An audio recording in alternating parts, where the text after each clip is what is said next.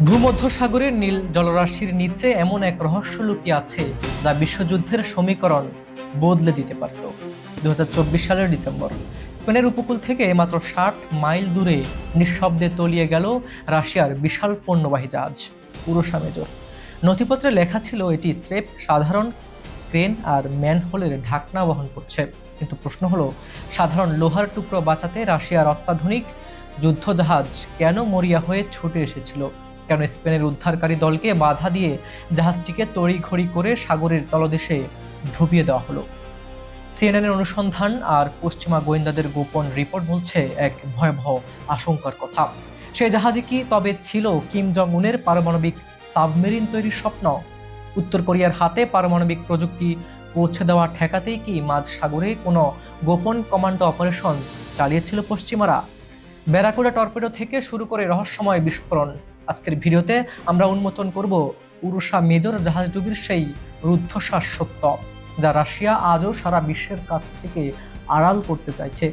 পুরো ঘটনাটি জানতে ভিডিওটি শেষ পর্যন্ত দেখুন। রুশ জাহাজডুবি ও পশ্চিমা সামরিক অভিযানের রহস্য। 2024 সালের ডিসেম্বরে স্পেনের উপকূল থেকে 60 মাইল দূরে ভূমধ্যসাগরে রাশিয়ার পণ্যবাহী জাহাজ উরুশা মেজর রহস্যজনকভাবে ডুবে যাওয়ার ঘটনাটি বিশ্ব রাজনীতি ও সামরিক মহলে ব্যাপক চাঞ্চল্য সৃষ্টি করেছে। সিএনএন এক বিশেষ অনুসন্ধানে বেরিয়ে এসেছে যে এই জাহাজডুবির নেপথ্যে থাকতে পারে পশ্চিমা কোনো সামরিক বাহিনীর অত্যন্ত ঝুঁকিপূর্ণ এবং উচ্চ পর্যায়ের গোপন অভিযান। জাহাজটিতে থাকা দুটি পারমাণবিক চুল্লি সম্ভবত উত্তর কোরিয়ার কাছে হস্তান্তর করা হচ্ছিল, যা ঠেকাতেই এই পদক্ষেপ নেওয়া হয়ে থাকতে পারে বলে ধারণা করা হচ্ছে। ইউক্রেন যুদ্ধে মস্কোকে সহায়তার জন্য উত্তর কোরিয়া সেনা পাঠানোর ঠিক 2 মাস পরেই জাহাজটি তার বিতর্কিত যাত্রা শুরু করেছিল। 23 ডিসেম্বর ধারাবাহিক বিস্ফোরণের পর জাহাজটি তলিয়ে যাওয়ার আগ থেকেই এটি কঠোর পাহারায় ছিল।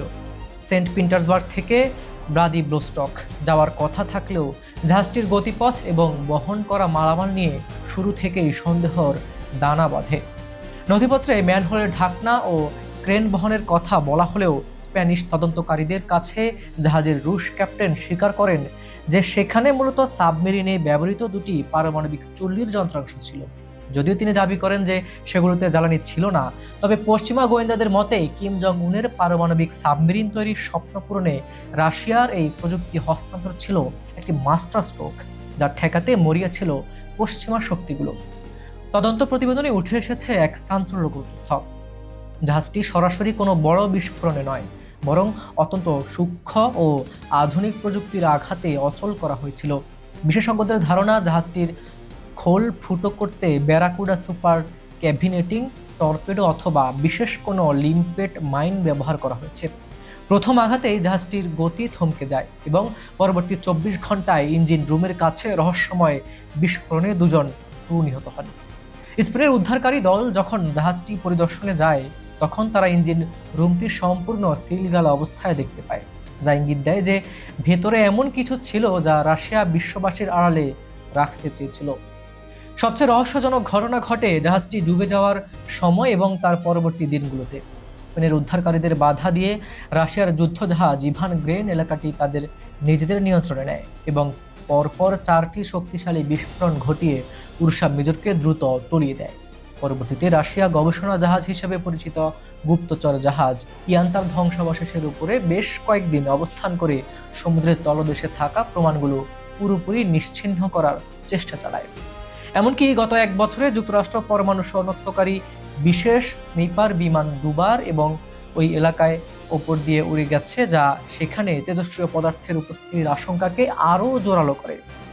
স্পেন সরকারের পক্ষ থেকে জানানো হয়েছে জাহাজটি বর্তমানে সমুদ্রের প্রায় 2500 মিটার গভীরে রয়েছে, যেখান থেকে ব্ল্যাক বক্স বা তথ্য উদ্ধার করা প্রায় অসম্ভব। তবে বিরোধী দলীয় সংসদ সদস্যের দাবি, সরকার এবং সামরিক বাহিনী এই স্পর্শকাতর তথ্যগুলো জনসাধারণের কাছ থেকে আড়াল করছে। শেষ পর্যন্ত উরুশা মেজর কি কোনো সন্ত্রাসী হামলার শিকার হয়েছিল, নাকি উত্তর কোরিয়ার হাতে পারমাণবিক শক্তি পৌঁছে দেওয়া রুখতে এটি ছিল পশ্চিমাদের এক দুঃসাহসিক সামরিক অপারেশন? সেই রহস্য আজও ভূমধ্যসাগরের অতল গহ্বরে ঢাকা পড়ে আছে।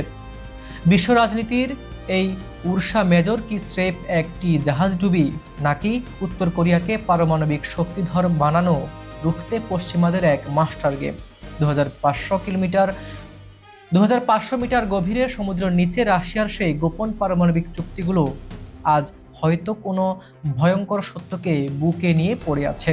কিন্তু প্রশ্ন থেকেই যায়, রাশিয়া যদি সত্যকে সাধারণ মালামাল বহন করে থাকে, তবে কেন তারা স্প্যানিশ উদ্ধারকারীদের সরিয়ে দিয়ে নিজেরাই জাহাজটিকে উড়িয়ে দিল?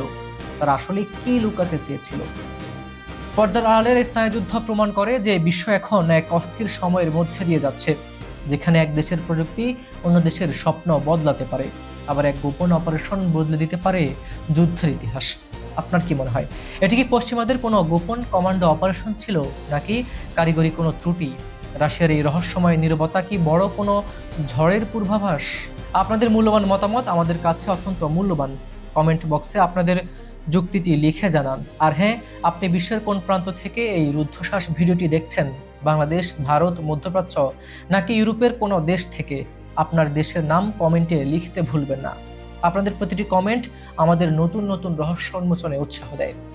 আন্তর্জাতিক রাজনীতির এমন রোমাঞ্চকর এবং অপ্রকাশিত সত্যগুলো সবার আগে জানতে আমাদের চ্যানেলটি এখনই সাবস্ক্রাইব করুন এবং বেল আইকনটি চেপে রাখুন। ভিডিওটি ভালো লাগলে লাইক দিন এবং যুদ্ধের ময়দান থেকে শুরু করে বন্ধুদের সাথে শেয়ার করুন সব তথ্য। বিজ্ঞাপন বা প্রমোশনের জন্য ডেসক্রিপশনে দেওয়া নাম্বারে যোগাযোগ করতে পারেন। আজ এই পর্যন্তই।